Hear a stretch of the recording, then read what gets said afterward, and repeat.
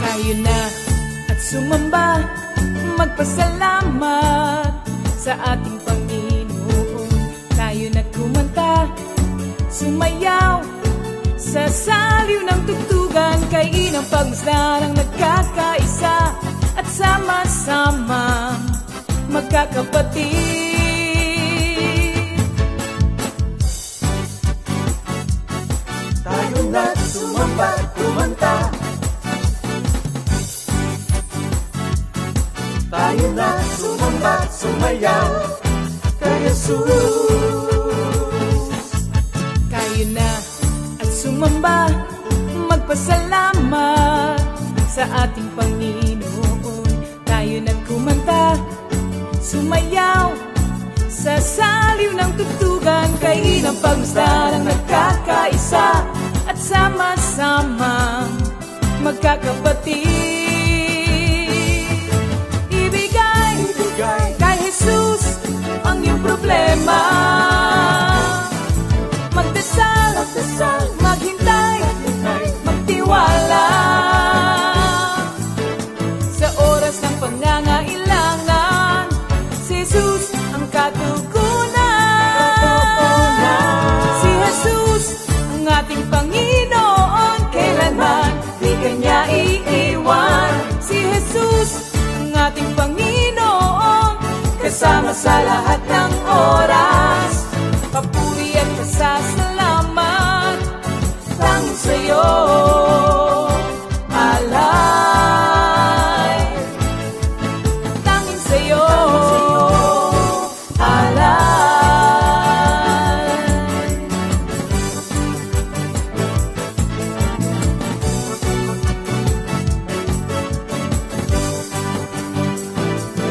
Si Jesus ang ating Panginoon, kailanman di kanya iiwan. Si Jesus ang ating Panginoon, kasama sa lahat ng oras. Si Jesus ang ating Panginoon, kailanman di kanya iiwan. Si Jesus ang ating Panginoon, kasama sa lahat ng oras. Papuri at pasasalamat tanging sa'yo, alay. Tanging sa'yo, alay.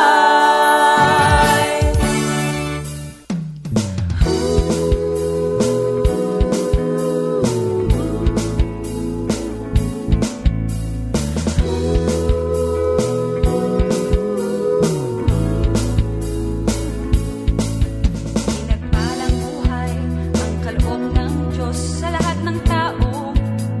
May takot sa Kanya. Pinagpalang buhay ang kaloob ng Diyos sa lahat ng tao.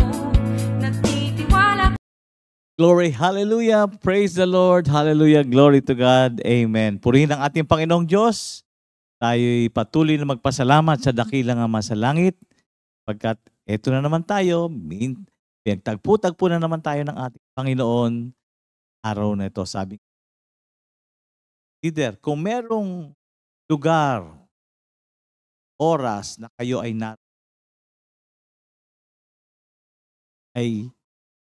sa mga oras kung saan ang Panginoong Diyos ay ipinaha.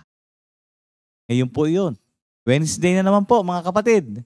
At makakarinig na naman tayo ng pagtuturo mula sa Panginoon na siya magiging gabay natin sa ating buhay araw-araw. Pero bago ang lahat, mga kapatid, tayo muna ay humingi ng gabay ating Panginoon. Tayo po'y manalangin. Hallelujah, hallelujah, hallelujah. Dakilang Diyos ang masalang. Ikaw ang Diyos na nagbigay ng liwanag, direksyon sa tamang land. Sa gabing ito, taos puso kaming nagpupuri at nagpapasalamat na muli niyo kaming tinawag upang makarinig ng iyong mabuting balita. Muli, namin sa iyo ang bawat isa, ang sarili, Panginoon. Kayo po ang nakababatid at ng bagay sa amin. Kung may mga bagay kaming naisip, nasabi, nagawa na hindi bigay kaluguran, sa iyo, Panginoon, kami po ay humihingi ng kapatawaran. Linisin niyo po kami upang maging karapat dapat kaming tumanggap yung kabanal-banalan. Ama, sa gabing ito, tinataas namin mo mula sa praise and worship, lead ng song, the band, the music, at lahat sa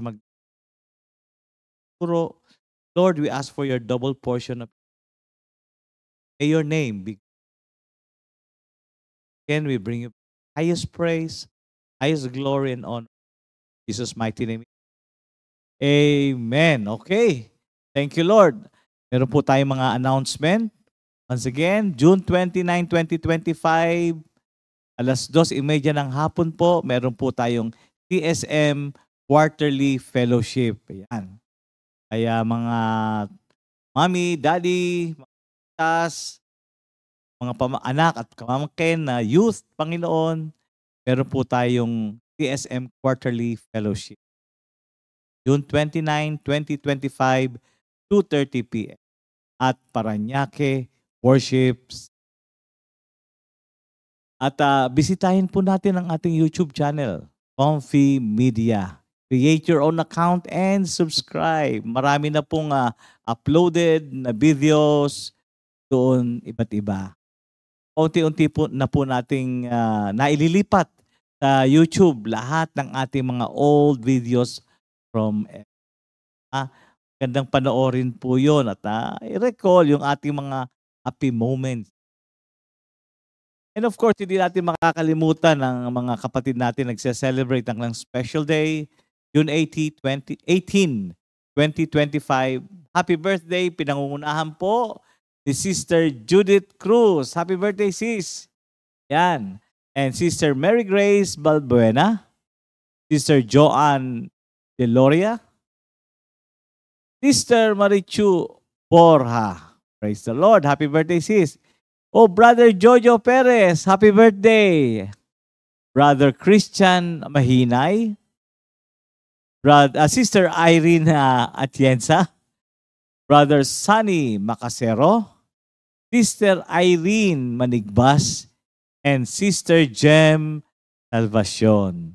Happy birthday to all of you and enjoy your day. Brother Bong, pasok!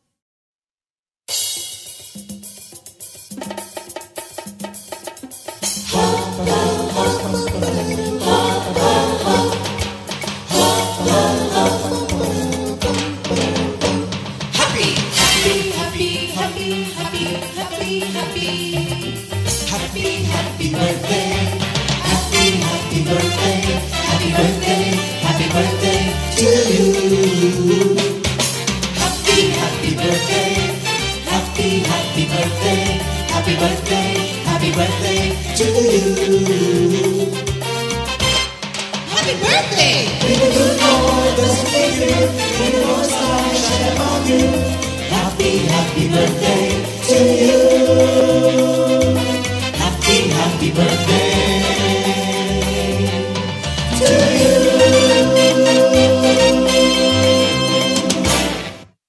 Yan, happy birthday muli mga kapatid and enjoy your day or enjoy your night. Gabi na po eh. Hallelujah. Okay. Prepare na po natin ating mga sarili at sama-sama tayo magpuri sa Panginoon. Kung may mga kasama kayo sa bahay, tawagin ninyo para sila man ay makapagpuri sa Panginoon sapagkat ito'y nakalulugod sa ating. So call all of them. And now, let's call on to the praise and worship team ng Comfy. Thank you, Lord. Hello po mga kapatid. Magandang umaga po, magandang tanghali, magandang hapon. Anumang oras po kayo nanonood ngayon at ihanda na po natin ang ating sarili upang umawit at magpuri sa Panginoon. Amen. Amen. Thank you, Lord. Samahan niyo po kaming magpuri, magpasalamat at magbigay ng luwalhati sa ating Panginoon. Thank you, Lord. Thank you, Jesus. Hallelujah. Hallelujah. na po tayo na pong magpuri at magpasalamat sa ating Diyos sapagkat ang ating Diyos ay napakabuti. Kaya tayo ngayon ay aawit sa Kanya, sasamba at mag-aaral ng Kanyang mga banal na salita. Hallelujah. Awit tayo sa Panginoon. Hallelujah. Pag-isip sa umaga, hanapin natin palagi ang salita ng Diyos.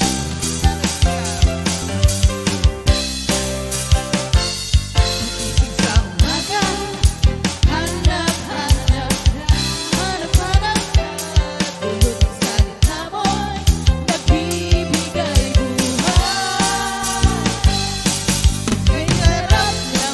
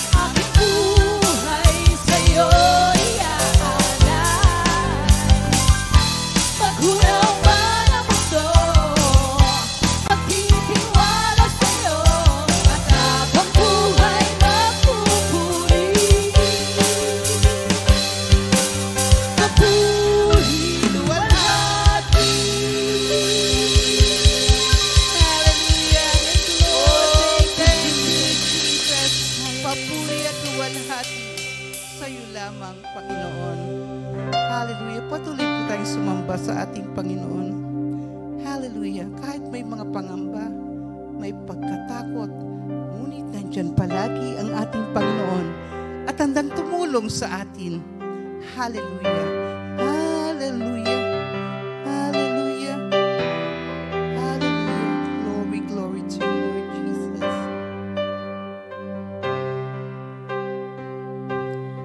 May pangamba, pero di aayaw. May bagaba, pero di susuko. Pagkat alam kong nariyan ka, pag-alalay nawawala.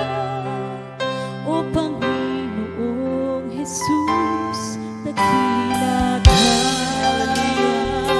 Thank you, Jesus. May pangamba, pero di aayaw. May pagkabat, pero di susuko. Pagkat alam kong nariyan ka, pag-alalay nawawala. O Panginoong Jesus, dakila ka. May pangamba. May pangamba, pero di aayaw. May pagkabat, pero di susuko. Pagkat alam kong nariyan ka, pag-alalay nawawala. O Panginoong Jesus, dakila ka. Dakila ka. Dakila ka, O Jesus. Sambahin ang pangalan mo, kabuti ay ihayag sa buong mundo. Wala nang hahanapin pa, sa'yo lamang umaasa. O Jesus, sambahin ka.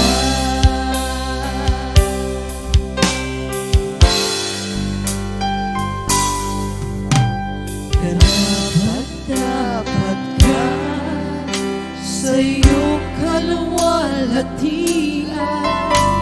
Buong kalangitan sa iyo'y nagdiriwang. Kaming mga lilikha mo, aming sasabitin. Banal ka at makapangyarihang Diyos. Karapat-dapat sa iyong kaluwalhatian. Buong kalangitan sa iyo'y nagdiriwang.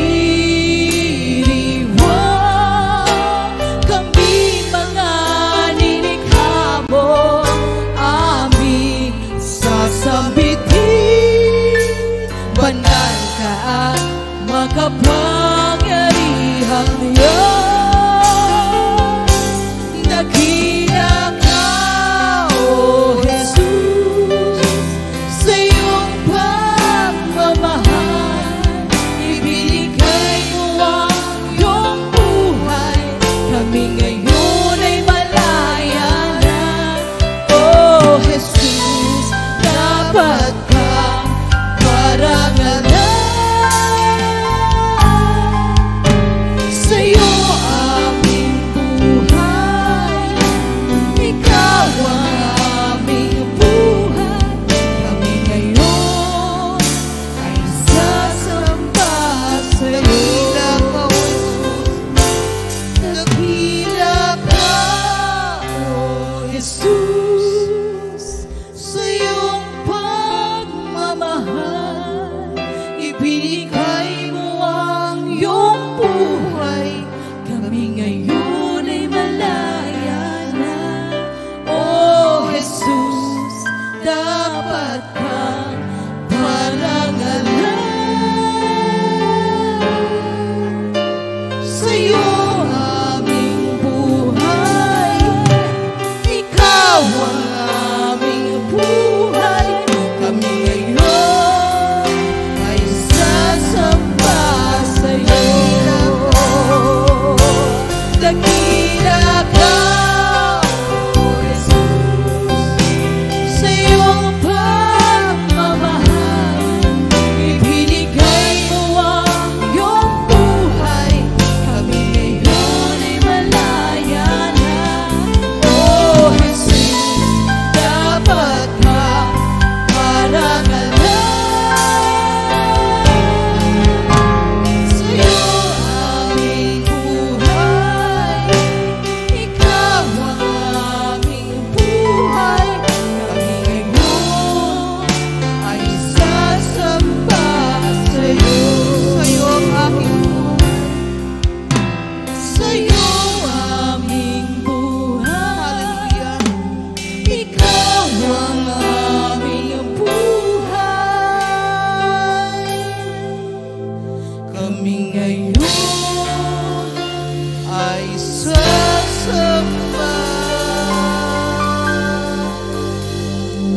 sa'yo.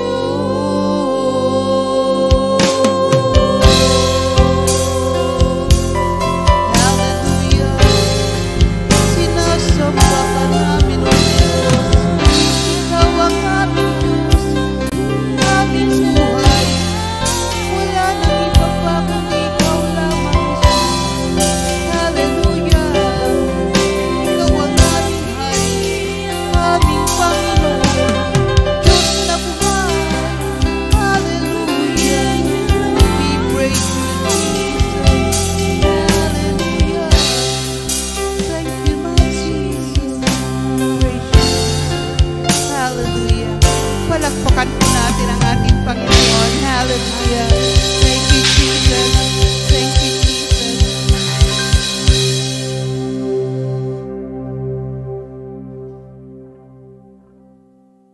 Glory, glory, glory, hallelujah. Purihin ang Panginoon. Purihin ang dakila niyang pangalan. Tunay na napakasarap. Umawit, magpuri, sa ating dakila. Okay. Ito na mga kapatid. Ihanda na natin yung ating mga gamit sa pag-aaral. We have the Bible or your cellphone na may Bible, ballpen, notebook, marker, may yung standard na Bible. Yan. At ay mag-aaral na po, ano ha? To continue with our series, which is all about the book of the Romans, let us all welcome their boy Salvacion to continue with chapter 12 of Romans. Let us welcome our brother. Gandang araw po sa lahat. Salamat po sa bawat pagkakataon na maging bahagi ng inyong buhay espiritual. Ituloy po tayo sa pag-aaral tungkol sa Roma. Ngayon po ay nasa chapter 12 tayo. Nung nakaraan ay nagkaloob binigay ni Papa Minister Ray Danganan yung Romans 12, 1 and 2. Ngayon po ang tatalakayin ko ay Romans 12, 3 hanggang 8. Babasahin ko po. Dahil sa kaloob ng Diyos sa akin, sinasabi ko sa bawat isa sa inyo, huwag ninyong pahalagahan ng higit sa nararapat ang inyong sarili. Sa halip, pakalimiin ninyo ang tunay ninyong katatayuan ayon sa sukat ng pananampalatayang ipinagkaloob ng Diyos sa bawat isa sa inyo. Ang katawan ay binubuo ng maraming bahagi at hindi pare-pareho ang gawain ng bawat isa. Gayon din naman, tayo ay marami, ngunit nabubuo sa isang katawan ni Kristo at isa't isa'y bahagi ng iba.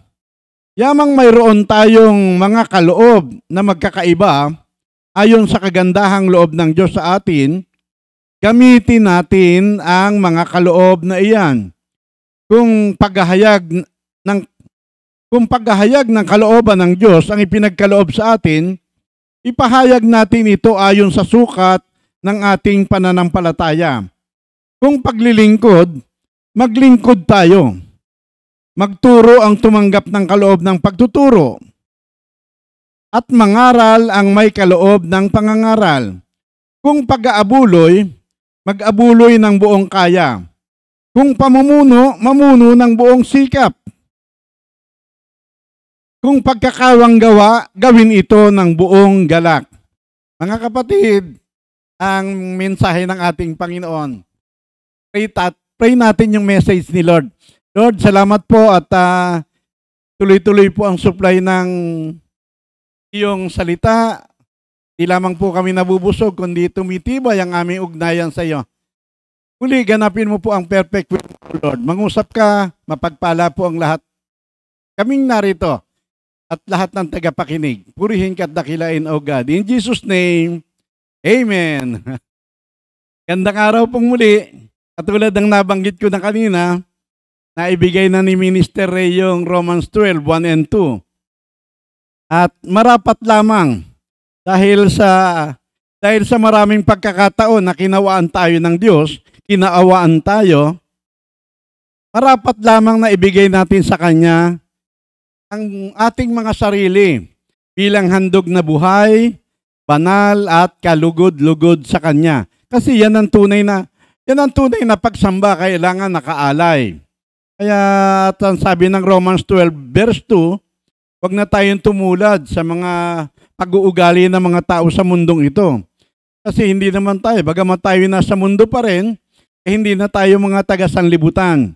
Hayaan natin, paintulutan mo na baguhin tayo ng Diyos sa pamamagitan ng pagbabago ng ating mga isip para malaman natin ang Kanyang kalooban, kung ano ang mabuti, ganap at kalugod-lugod sa Kanyang paningin. Mahirap nagbabaka sakali. Tiyakan ang ating kilos at pagka sa ating Diyos, hindi tayo pwedeng nag-aalatsyamba. Kailangan nakasulat lahat, kailangan may pundasyon. Sabi rito sa ating binasa, dahil sa kaloob ng Diyos sa akin, sinasabi ko sa bawat isa sa inyo, huwag ninyong pahalagahan ng higit sa nararapat ang inyong sarili. So, dapat lang na pahalagahan natin yung ating sarili ayon sa pagpapahalaga ng Diyos sa atin, pero huwag tayong lalampas sa nararapat. Huwag kang hihigit sa nararapat. Amen? Meron kasing tendency na sa lahat ng kalamangan natin, marami kasing kaloob si Lord sa atin na pwedeng ipagmalaki. Pero tatandaan natin sa buhay Kristiyano, hindi bagay ang mapagmataas. Sabi, huwag kayong gagawa ng anumang bagay. Sa hangad lamang ninyong matanyag. Ipagmalasakit ninyo ang kapakanan ng kapwa kaysa sa inyong sarili. At ngayon, binibilinan tayo ng Romans 12:3 na huwag nating pahalagahan ang ating sarili ng higit sa nararapat. Yan ay mga talata na aking naging tagapagbantay. At nawa ay maging tagapagbantay rin ninyo. Hindi pwede ang mayabang, mapagmapuri sa sarili, hindi pwede ang palalo sa Kristiyano. Tandaan natin, napakaraming blessing ni Lord. Hindi pwedeng lumalaki ulo. Tayo ay inari ni Lord na anak niya. At ang tularan natin, sabi, mamuhay kayong katulad ni Kristo. Ang Panginoong Hesus ay maamo at mapagpakumbaba. Ang sabi ng Panginoong Hesus, mag-aral kayo sa akin sapagkat ako ay maamo at mapagpakumbaba. Minsan kasi, kahit nga kami mga tagapagturo, pagka kami mga worker, kahit saan kami makarating na prayer meeting, sobrang pagpapahalaga sa amin. Parang importante kami. Pag nga hindi mo nabantayan yung sarili mo, talaga makakaramdam ka na para kang nakahihigit sa iba. Dito sa pagiging Kristiyano natin, kailangan meron tayong matinong kaisipan, wasto at tama na kaisipan. At para magkaroon tayo ng wasto at tamang kaisipan, kailangan ma-realize mo, maunawaan mong mabuti na tayo ay sama-sama, kaya lamang tayo nagkasama-sama sa ganitong gawain kasi tayong lahat ay nanalig, tumanggap kay Hesus Kristo. Kaya yun lamang ang ating common. Minsan kasi kahit na yung lahat na lang na ipagmalaki ng tao, ultimong yung ganda, yung pagiging matangkad, lahat, yung ating popularity, yung ating posisyon, yung ating kakayanan, yung ating abilidad, lahat ay pagmamalaki. Lahat. Hindi lamang yaman, hindi lamang yung posisyon, pati bihis, na ipagmamalaki lahat. At tandaan natin na kaya lamang tayo naging mahalaga dahil kay Jesus. Nagkaroon tayo ng kabuluhan ang buhay. Dati paikot-ikot lang tayo sa kawalan. Unawain natin na kung ano tayo ngayon at kung ano ang meron tayo ngayon, dahil lamang sa Diyos. Amen? Ang sabi nga ng 1 Corinthians 4:7, ano nga ang kahigitan ninyo sa iba? Hindi ba't ang lahat ng nasa sa inyo ay kaloob? Bakit kung magsiporma kayo? Para bang hindi ipinagkaloob sa inyo? Mga kapatid, walang anumang bagay sa ating buhay na hindi galing sa ating tatay sa langit. Siya na lumikha ng lahat ng liwanag sa kalangitan. Every good and perfect gift mula sa ating Diyos. Amen? At kailangang unawang-unawa mo yan. Siya lamang ang nagkakaloob ng nasa at kakayahan. Pati yung ating kakayahan. Nasa at kakayahan na maisagawa ang kanyang kalooban, sa kanya rin galing yan. Kaya ang bawat isa, sabi na Ephesians 4:7, ang bawat isa sa atin binigyan ng tanging kaloob ayon sa sukat na ibinigay ni Kristo. So anuman ang kaloob, gampanan natin ang buong sikap, sigla, at kababaang loob. Amen? Alam mo, kahit na anong gift na tinanggap mo, kahit na anong husay mo, kahit na anong galing mo, kapag hindi ka nalagay sa kababaang loob, sisirain ang kayabangan ng lahat ng mga ginawa mo. Kahit na gaano kabuti yan. Amen? At yun lamang tinanggap tayo ni Jesus na bilang mga kapatid niya.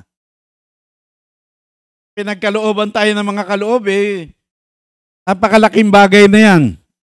Handaan natin, mahal na mahal tayo ng Panginoong Jesus. At nagpasya siya na makipag-isa sa atin. Kaya nga yung ating paghalintulad ay si Jesus ang ulo at tayo yung kanyang katawan. Tanggang dikit yan, walang hiwalayan, walang iwanan. Si Jesus ang ulo at tayo ang kanyang katawan. Ganyan tayo minamahal ni Jesus. Amen? Kung ano ang hininga ng ulo, siya rin nating hininga. At ang body of Christ ay tinalaga ng Panginoong Jesus para gumawa, magpatuloy yung gawain ng kanyang physical body nung siya'y nabubuhay pa sa lupa, ang kanyang spiritual body, the body of Christ, the church, kanyang inatasan para magpatuloy ng lahat ng kanyang gawain. Amen? Kaya tayo'y binigyan lahat ng kaloob. Hindi mo man gamitin yung kaloob na ipinagkaloob sa'yo, tandaan natin yung ating binasa. Ang bawat isa ay binigyan ng tanging kaloob ayon sa sukat na ibinigay ni Kristo. Walang Kristiyano na walang gift. At yan ay hindi pansarili. Hindi mo man gamitin, yan ay nasa sa iyo. Kasi ang Romans 11:29 ay nagpahayag na hindi nagbabago ng isipan ng Diyos sa kanyang pagkatawag at mga kaloob. Hindi mo man gamitin o abusuhin mo man, ang kaloob ay mananatiling sa iyo. Kaya ang mahalaga ron, anumang kaloob na ibinigay sa atin ni Jesucristo, kailangan gamitin natin. Amen? Gamitin natin. Kasi tayo yung mga tinatawag na mga charismatic. Ang ibig sabihin ng gift, the Greek word ay charisma. Tayo yung mga charismatic. So tayo yung mga joyful recipients of God's gift and graces. Tandaan natin na ang kaloob ay mula sa Diyos, hindi yan natural talent. Spiritual gift for spiritual purposes. Para yan. Yan ay bahagi ng ating mana kay Kristo. Napaka maluwalhating pribilehiyo na mula sa ating Diyos. Amen? Biro mo yung mapagkatiwalaan ka ng Diyos para sa natatanging gawain. Kaya lamang nagkaroon ng purpose yung ating buhay. Kaya lamang naging mahalaga. Naging significant. Dati paikot-ikot lang tayo sa kawalan. Pero ang totoo, binigyan niya tayo ng yung nasain na mga kasunod. Sa Kanya, siya rin ang nagbibigay ng kakayahan. Ang sabi ng isang tagapagturo, a Christian who gives nothing or does nothing for the Lord is good for nothing Christian. So walang kabuluhang Kristiyano. Ulitin ko. A Christian who gives nothing or does nothing for the Lord is good for nothing Christian. Tinanggit ko, inulit ko pa, hindi yan para makahina sa inyo. Alam ko na ako nga, hindi ko naman kaagad-agad nalaman kung ano yung gift sa akin ni Lord eh. Merong pagkakataon ang nagtuturo si Sister Nene Awang. Bigla-bigla akong tinanong, Brother Boy, ano ba yung gift ni Lord sa'yo? Wala akong maisagot kasi hindi ko naman alam kung ano yung gift ko. Sabi ko lang, ako, isa lang yung natutunan ko. Na may time, magsisimula na yung fellowship natin. Sa 10 pa yung umattend. Mula noon, nangako ako kay Lord. Nakako, Lord, panlabing-isa na ako. Kaya mula ro sa pagkakataon na yon, hindi na ako umabsent at bihirang-bihira akong malate. Ang sabi ni Sister Nene, gift of faith yan, gift of faith. Hindi ko alam kung ano yung gift of faith. Ang mahalaga para sa akin, ako ay nagiging pamparami sa simbahan. Kasi parang nalulungkot ako kapag kakonti ang nag-a-attend. Pero salamat na lamang at dahil maaga akong laging uma-attend, na-assignan ka mag-opening prayer, mag-encouraging word. So, yun, natuklasan ko. Bagamat talagang nung araw, para bang hindi ako marapat, para bang ang dami-daming hadlang, parang hindi ako marunong mag-aral, ayokong nagme-memorize. Pero salamat na lamang at habang ikay tumutugon sa calling ni Lord, pinalalago niya yung wisdom na mula rin sa Kanya lahat. So, wag makahina sa atin. A Christian who gives nothing or does nothing for the Lord is good for nothing Christian. Wag makahina sa bawat isa, kundi maging hamon na tuklasin mo. Explore kung ano yung gift na ipinagkaloob sa iyo ni Lord at tapos gamitin mo. Tandaan natin, walang mananampalataya na walang kaloob si Lord. Dito sa binasa natin sa Romans 12, 6-8, ang tawag dyan sa 7 na yan ay motivational gift. Hindi yan para sa personal na gamit, kundi para sa ikalalakas at ikatitibay ng body of Christ, ng kanyang katawan, upang maihanda ang lahat ng hinirang para sa lahat ng mabubuting gawain sa ikalalakas ng simbahan. Amen? Ang sabi nga ng Ephesians 4:16, sa pamamagitan ni Kristo, nabubuo ang katawan mula sa mga bahaging pinag-ugnay-ugnay ng kasukasuan. At kung maayos na gumaganap ng tungkulin ang bawat bahagi, ang buong katawan ay lalaki at lalakas sa pamamagitan ng pag-ibig. Amen? Sa pamamagitan ng pag-ibig. Sa body of Christ, we do all things in love. Amen? at buong kapakumbabaan.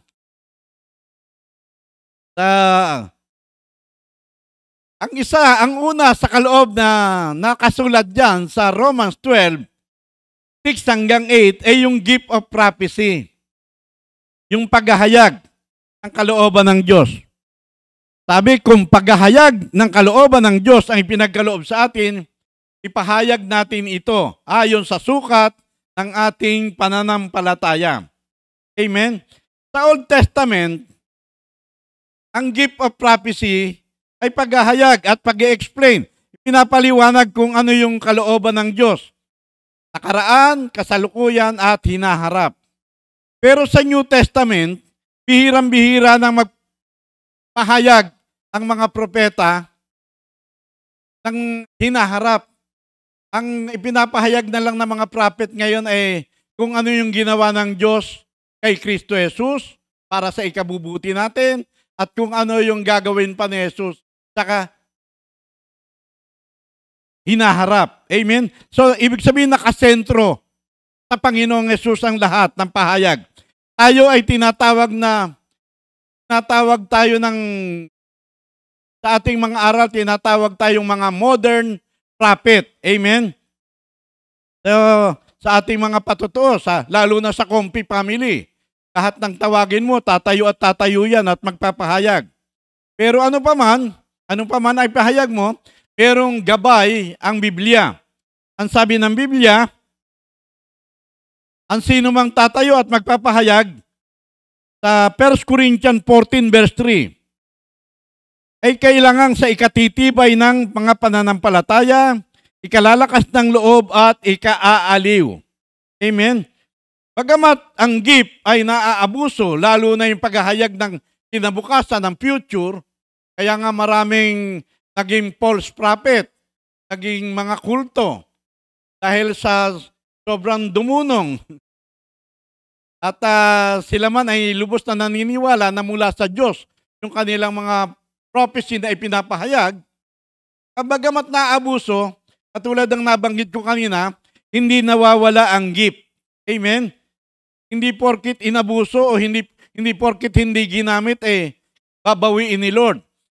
Hindi nagbabago ng isipan ng ating Diyos sa calling and gift na ipinagkaloob niya sa ating lahat. Ngayon, ang ikalawang gift ay yung gift of serving. Ang sabi ng isang tagapagturo, yan raw the most practical of all gifts. The most practical. Kasi halos lahat naman ng Kristiyano ay matulungin na. Talagang pagkapaglilingkod ang pag-uusapan, ibig natin lahat maglingkod. Kasi sa ganda ng ginagawa ng Diyos sa buhay ng bawat isa, hanap tayo ng paraan para makabayad ng utang na loob kay Lord. At pero kailangan, bagamat tayong lahat ay merong kakayahan na maglingkod at pwede natin talaga i-develop yan, meron talagang mga special na tao na unusually gifted with very special gift of serving. Talagang kahit na ano yung magagawa nila, para makaluwag sa gawain ng iba, gagawin yan. Lahat naman yan may reward. Walang nasasayang sa lahat ng ating mga pagpapagal. Kahit nga isang basong tubig na malamig, na ipagkaloob mo sa kanyang lingkod, may reward yan, mga kapatid. Amen? Ang Panginoong Hesus ang ating tularan, ang ating modelo. Ang sabi ng Panginoong Hesus, binigyan ko kayo ng halimbawa at ito ay dapat ninyong tularan. Merong isang bahagi ng Biblia, sabi ng Panginoon, sino ba ang dakila? Yung bang nakaluklok sa upuan o yung naglilingkod? Sumagot yung kanyang mga alagad. Di siyempre po yung mga nakaupo. Pero sabi ng Panginoong Hesus, pero ako ang naglilingkod sa inyo ngayon. Sobrang kababaan loob ng Panginoong Hesus. Kaya dapat sa Kanya talaga tayo nag-aaral. Sabi ng Panginoon, mag-aral kayo sa akin sapagkat ako ay maamo at mababa ang loob. Ano mang ating ginagawa, walang pagmamalaki. Thank you Lord John. Parang wari ay sa Panginoon tayo naglilingkod at hindi sa tao. Amen? At ang motivasyon sa paglilingkod, laging love ni Lord. Ayong nalaman ko na si Kristo Jesus ay namatay para sa akin, para sa ating lahat, Kaya kung ako man ay buhay ngayon, ako'y nabubuhay para kay Kristo. Kung ako man ay masipag, kung ako man ay masikap, dahil lamang sa pag-ibig ng Panginoon. Amen? Kaya salamat sa Diyos. At tatandaan mo, ano mang pagpapagal natin, hindi niya nililimot yan. Lahat yan ay nakamarka sa palad ng ating Panginoon. Nakarecord lahat yan. At ang ikatlong gift ay gift of teaching. Ang gift of teaching, ang mensahe ni Lord, hindi lamang ipinapahayag ng mga propeta, kundi hinihimay at pinapaliwanag ng mga teacher. Kaya hindi ka magtataka kung bakit ang mga teacher ay minsan may kabagalang magsalita, hindi katulad ng mga evangelist, prophet, talagang malakas at mabilis kumangusap. So, pero tatandaan, take note, si Santiago sa James 3 verse 1 ay nagpahayag na huwag maghangad na maging tagapagturo ang marami sa inyo sapagkat alam naman natin na hatulan ng higit na mabigat ang mga tagapagturo. Mabigat raw, mas higit na mabigat ang hatol sa mga tagapagturo. Naalala ko tuloy yung narinig kong binanggit ni Cardinal C nung araw. Ang sabi niya, kapag ka ang doktor nagkamali, ang bagsak nung kanyang pasyente sa simenteryo. At kapag ka ang abogado nagkamali, kulungan ang bagsak nung kanyang kliyente. Pero kapag ka ang teacher nagkamali, tuloy-tuloy lang yan, salin at salin. Kaya thank you Lord, kailangan meron tayong bilang mga tagapagturo, kailangan taglay natin yung sound doctrine. Sound doctrine produces sound Christians. Amen? Diyan pumapasok yung ating take the teachings that you heard me proclaim in the presence of many witnesses and entrust them to reliable people who will be able to teach others. Kaya tayo patuloy na nagtuturuan ng buong kaalaman, nagpapaalalahanan ng buong kaya upang ang bawat isa sa atin ay maiharap sa Diyos ng walang batik, walang anumang kapintasan. Amen? Marapat. Kaya tayo bilang mga taunang Kristiyano, tayong pagsikapan nating maging karapat-dapat sa Diyos, mga tagapagturong walang dapat na ikahiya at tapat na nagtuturo ng katotohanan. Ibig sabihin tayo yung unang nagsasagawa ng ating mga itinuturo parang ang Panginoong Hesus. Amen? So, at ang ika-apat na gift, yung gift of encouragement. Yung gift of encouragement, yun yung gift na pupukaw sa kanyang kapwa para tumindig, pagamit kay Lord. Amen? Kaya hindi ka magtataka kung bakit ang mga outreaches natin, ang daming-daming mga support. Hindi lamang isa, dalawa, minsan hanggang 4 o higit pa. Iniiwan yung mga gawain bahay para lamang makasama sa mga gawain. Ano yan, mga gift of encouragement? Pinupukaw mo yung damdamin ng kapwa para sumigla rin. Hindi pa man sila worker, pero kakapag-isip na parang ang sarap-sarap ng worker. Kahapon nga sa prayer meeting namin, kaiwang mag-isa banggitin ko na yung pangalan, si Sister Joy Rubio. Sabi niya, Brother Boy, kasi meron akong lakad. Sabi ko, Sister Joy, ikaw na muna kumuha niyang prayer meeting. Tapos nung dumating siya ron sa next prayer meeting, na nandun kami, doon na kami nagkita, halos maiiyak. Sabi niya, nakakaiyak naman, Brother Boy, tuwan-tuwa, nakakaiyak daw. The first time niya kasing tumayo. Ano yun? Parang nakikita mo tuloy yung dati mong, nung bago-bago ka pang worker, nakikita mo yung honeymoon period mo kay Lord. Mga kapatid, yan yung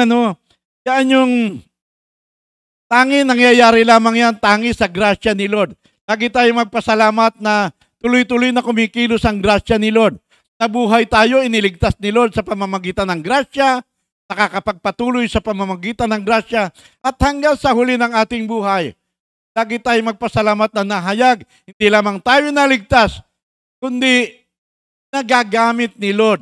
Nakapamumuhay ng maayos, matuwid, marangal, At naaaliw habang inaantay natin ang muling pagparito ng Panginoong Jesus.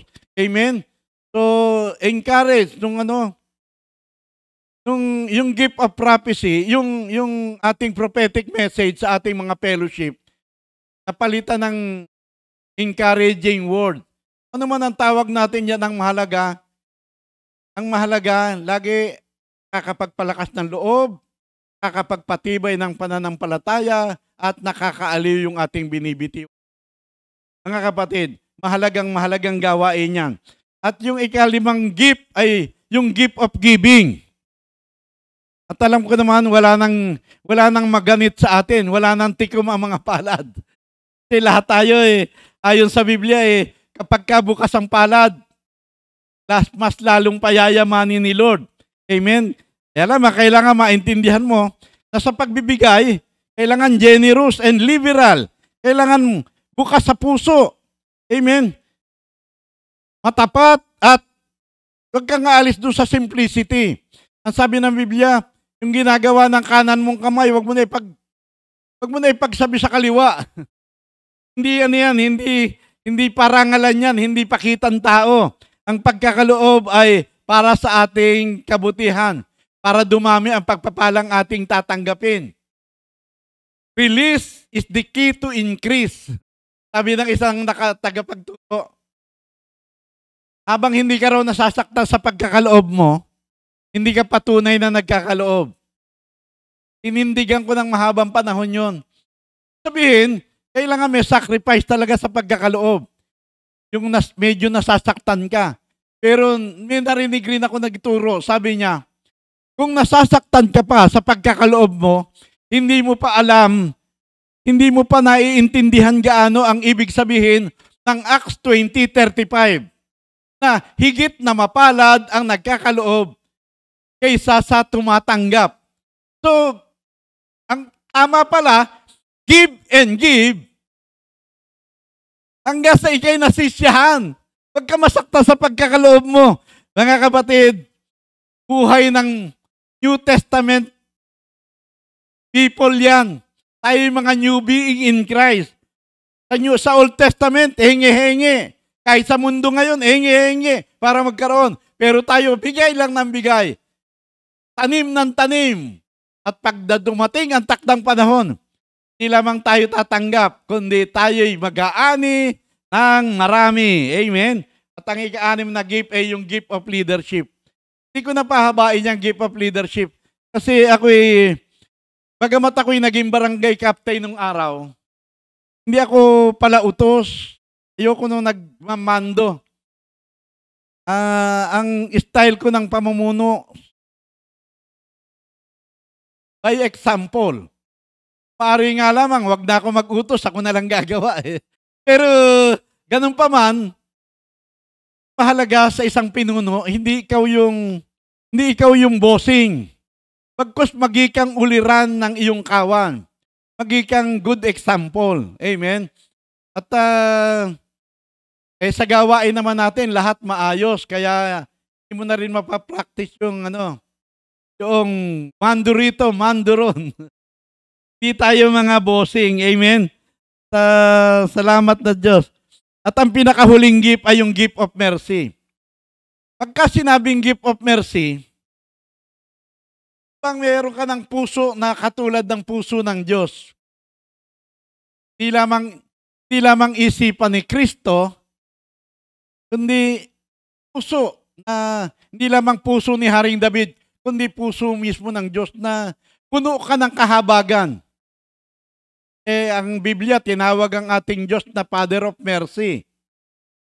Puno ng kahabagan. Ibig sabihin, hindi ka lamang mahabagin, kundi andun lahat ng awa, kabaitan, maunawain, mapagkalinga, mapagbigay, mapagpatawad. Ikaw lagi, para bang ikaw, ako na lang ba lagi? Ang balagoong. Pero sa tingin ng tao, parang ganon. Pero tatandaan natin, ang binibigyan natin ng kasiyahan ay ang Panginoong Yesus, ang ating Master. Amen? Kailangan Pagka ang tunay na merong gift of mercy, lagi nagpaparaya, nagpapaubaya. Siya lagi yung, at ginagawa mo ang lahat ng iyan ng merong kagalakan. Amen? Hindi ka malungkot na para kang kawawa. Hindi ka paawa. Amen? Kaya salamat sa Diyos. At tandaan natin, mapalad ang ay mapagpakumbaba, maawain, pagkat kakaawaan tayo ng Diyos. Amen? Sinabi na naman sa atin ng Diyos kung ang nais niya. Magikang makatarungan sa lahat ng bagay, patuloy ka makipag-ibigan sa iyong kapwa, at amuhay na buong pakumbaba na kasama ang iyong Diyos. Salamat sa Diyos, mga kapatid. Purihin ka sa Romans 12:3-8.